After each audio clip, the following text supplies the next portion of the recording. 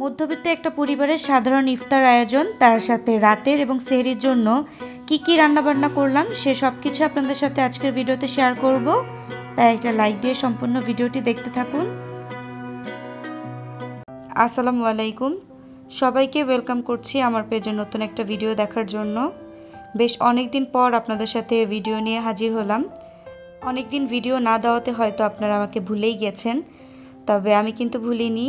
আমার সমস্যাগুলো সব সমাধান করে এরপর এখন চলে আসলাম নতুন একটা ভিডিও আপনাদের সাথে শেয়ার করতে। তো আজকের ভিডিওটা শুরু করেছিলাম দুপুর থেকে। আমাদের এখানে বিকেলের দিকে সেরকম গ্যাস থাকে না, যার কারণে আমি রান্নাবান্নাগুলো একদম দুপুরেই করে ফেলি। আর যেহেতু ওয়ালিদ ছোট মানুষ, ও তো আর রোজা থাকে না, তাই ওকেও বাসি খাবার খাওয়াতে ভালো লাগে না, তাই একবারেই রান্নাটা করে ফেলি। এরপর আস্তে ধীরে বিকালে ইফতারের আয়োজনগুলো করি। তো আজকে এখানে আমি লাউ রান্না করলাম আর ঢেঁড়স ভাজি করেছি। আর এখন আলু আর ডিম দিয়ে মজাদার একটা রেসিপি তৈরি করছি, তো সেটা আপনাদের সাথে শেয়ার করছি। এখানে পেঁয়াজ প্রথমে ভেজে নিচ্ছি, একটু লাল লাল করে ভেজে নিয়ে তাতে আদা রসুন জিরা পেস্ট দিয়ে দিলাম, স্বাদ মতো লবণ, 1 চামচ হলুদের গুঁড়া আর 1 চামচ মরিচের গুঁড়া দিয়েছি। আর একটু পানি দিয়ে আমি খুব ভালোভাবে মশলাটা কষিয়ে নিব। এরপর আমি এখানে আলু সিদ্ধ করে হাতে খুব ভালোভাবে ম্যাশ করে নিয়েছিলাম, তো সেটা দিয়ে দিয়েছি। এবার মশলার সাথে আলুটা খুব ভালোভাবে কিছুক্ষণ কষিয়ে নিব। আর পাশাপাশি এখানে আমি একটা ডিম ভেজে নিচ্ছি। তো আজকে এখানে আমি 3টা ডিম ভেজে নিব, কোনো রকম পেঁয়াজ কাঁচামরিচ ছাড়াই, শুধু একটু লবণ দিয়ে ডিমগুলো ভেজে আমি মাঝখান থেকে কেটে নিয়েছি। আর এরই মধ্যে কিন্তু আমি আলুটা মশলার সাথে কষিয়ে ঝোলের পানি দিয়ে দিয়েছিলাম। আর এবার ভেজে রাখা ডিমগুলো আমি দিয়ে দিয়েছি। যখন অনেকটা ঝোল টেনে এসেছিলো তখন আমি ডিমটা অ্যাড করেছিলাম। তো এবার শেষের দিকে একটু ভাজা জিরা গুঁড়া আর একটু ধনিয়া পাতা দিয়ে আমি নামিয়ে নিব। এটা উত্তরবঙ্গের খুবই জনপ্রিয় একটা খাবার, আলু ডিম দিয়ে একটা রেসিপি। তো সেটাই আজকে তৈরি করলাম, আর এখন আমার কাছেও এটা খুবই পছন্দের হয়ে গিয়েছে। তো এখন এই যে আসরের পরে আমি আবার ভিডিওটা স্টার্ট করেছি। তো এখন বেসনের ব্যাটারটা গুলিয়ে নিব। তো এখানে আমি বেসন মিক্সটা তো আগেই রেডি করে রেখেছিলাম, সেটা নিয়ে নিয়েছি।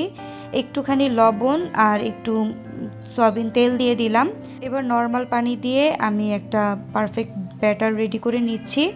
আর বেসনের ব্যাটারটা আগে থেকে রেডি করে রাখলে যেটাই বানানো হয় না কেন এটা কিন্তু বেশ ফুলকো ফুলকো হয়।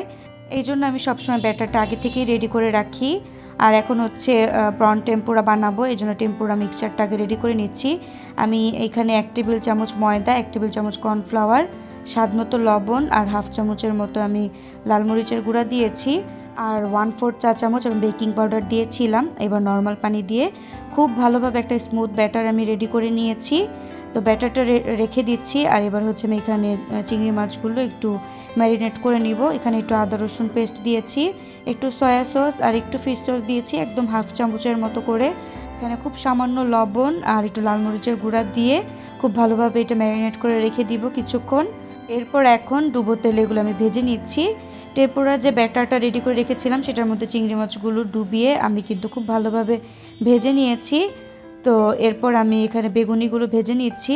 আজকে ইফতারে খুব বেশি স্পেশাল কিছু না, তবে সিম্পলভাবে যে আয়োজনগুলো করেছিলাম সেটাই আপনাদের সাথে শেয়ার করলাম। একটা মধ্যবিত্ত পরিবারের সাধারণ ইফতার আয়োজনগুলো যেমন হয়, আমার ঘরেও কিন্তু আজকে সেরকমই আয়োজন করা হয়েছে।